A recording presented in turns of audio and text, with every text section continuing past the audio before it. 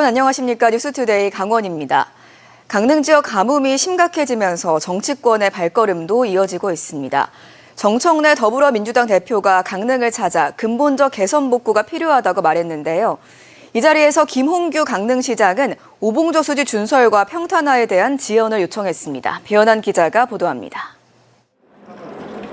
정청래 더불어민주당 대표가 강릉 오봉조 수지를 직접 찾아 가뭄 피해 상황을 살펴봤습니다. 강릉의 가뭄 피해 상황을 들은 정 대표는 매년 반복되는 가뭄에 대안을 물었습니다. 이게 이제 올해만 이렇게 있는 게 아니고 최근에 매년 반복되는 일이잖아요. 그러면 이거를 해결할 수 있는 방안이 뭐가 있어요?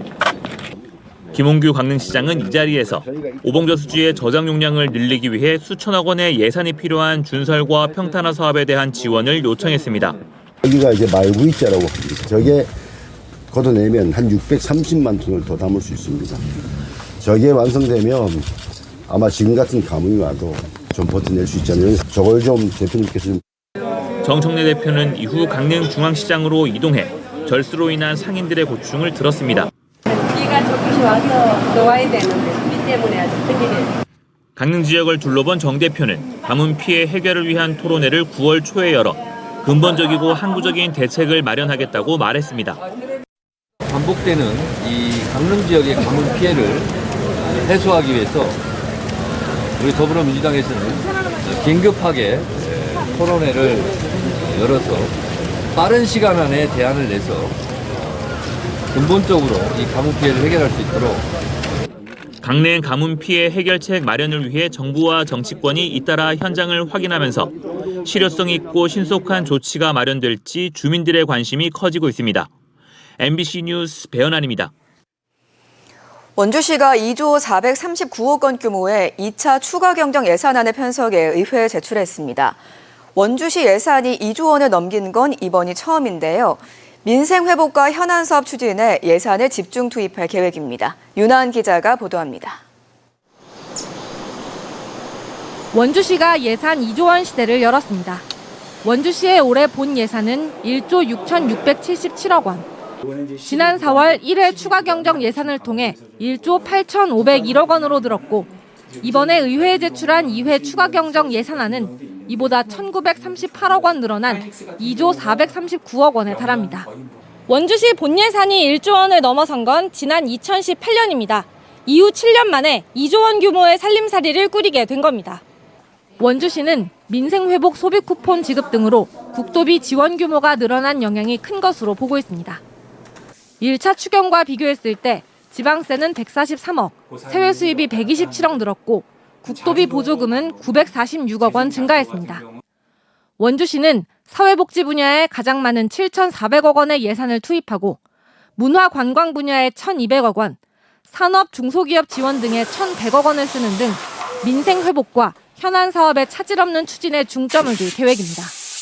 꾸준히 어떤 기업들도 이게 증가하는 추세고, 그다음에 인구 또한 강원도에서 알다시피 가장 큰 규모가 있다 보니까 어떤 세외 수입이라든지 어떤 세입 부분에서 이렇게 차지하는 비중도 있습니다. 하지만 예산 2조 원 시대라고 해서 반드시 장밋빛 미래만 있는 건 아닙니다. 지자체 예산이 늘어나는 건 자체 수입이 커지거나 국도비 지원이 늘어나는 경우인데 원주시의 재정 자립도는 17% 수준으로 지방 교부세, 교부금 등 의존 수입이 압도적으로 크고 지방세 수입은 경기 불황 탓에 다소 위축되고 있는 추세입니다. 이 때문에 자체 수입을 늘리기 위한 알짜배기 기업 유치가 우선순위 과제로 꼽힙니다. 청주시의 경우 SK 하이닉스가 올해 1,200억 원의 법인 지방 소득세를 납부하기도 했습니다.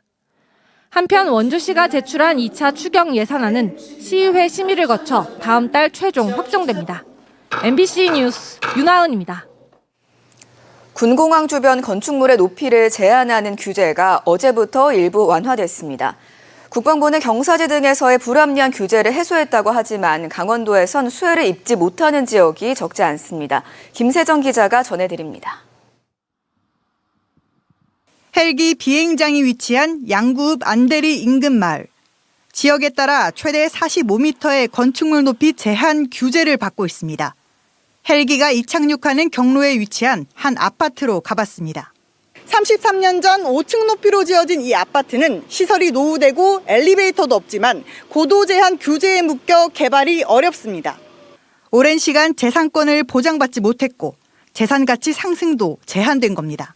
직접적인 재산의 타격이 입고 있었으니까 고도 제한에 걸려 있으면 저희 아파트는 평생 앞으로도 쭉 이대로 납부돼가는 아파트로 될 수 없어요.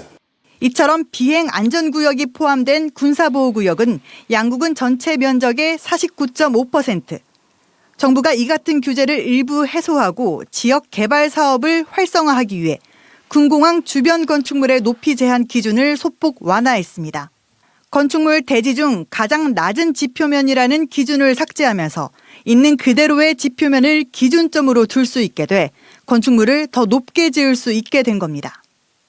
하지만 법률에서 정한 고도 제한 높이는 그대로 유지돼 경사지가 없는 지역은 당장 혜택을 입기 어려워 보입니다. 지형이 높고 낮음이 거의 차이가 없습니다. 주민들을 우롱하는 그 행정처사고 그냥 생색내기에 불과하다고 생각합니다.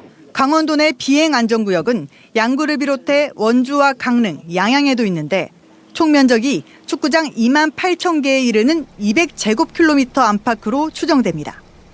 비행 안전구역의 어떤 축소라든가 또 비행장의 이전 이런 부분들을 좀 전향적으로 좀 검토해 볼 필요도 있다고 생각됩니다. 특별한 희생에 특별한 보상이 따라야 한다는 새 정부의 국정 철학이 이번에는 체감되지 못했다는 평가가 나오고 있습니다. MBC 뉴스 김세정입니다. 춘천시가 산업통상자원부가 주관하는 2026년 신재생에너지 융복합 지원사업 공모에 최종 선정됐습니다. 이 사업은 주택과 건물 등이 혼재된 지역에 태양광 등 신재생 에너지 설비를 설치해 전기와 열을 공급하는 사업입니다. 이번 선정으로 지역 내 주택과 공공상업 건물의 신재생 에너지 보급이 확대돼 에너지 비용 절감과 친환경 도시 조성 효과가 기대되고 있습니다. 올해 10월 개관을 앞두고 있는 평창 올림픽 플라자 ICT 센터에 대형 벽화가 생겨 관광객들에게 새로운 볼거리를 제공하고 있습니다. 벽화는 평창 동계올림픽의 감동과 평창의 자연을 주제로 올림픽 플라자와 맞은편에 설치된 LED 콘텐츠와 어우러지도록 조성됐습니다. 특히 실제 조경에 사용된 자작나무와 연결돼 벽화와 현실의 풍경이 이어지면서 관람객들에게 특별한 감흥을 선사합니다. 강릉 원주대학교 정문개선공사 조형물 철거 작업에서 근로자 1명이 숨진 사고의 관련자 2명에게 징역형의 집행유예가 선고됐습니다. 춘천지법 강릉지원은 지난 2023년 강릉 원주대 정문공사 과정에서 안전조치를 제대로 하지 않은 업체 대표와 현장 소장에게 징역 8개월에 집행유예 2년을, 업체 2곳과 안전 책임자에겐 벌금형을 선고했습니다. 재판부는 피고인들의 죄책이 가볍지 않지만 범행을 인정하고 피해자 유족과 합의했다며 양형 이유를 밝혔습니다.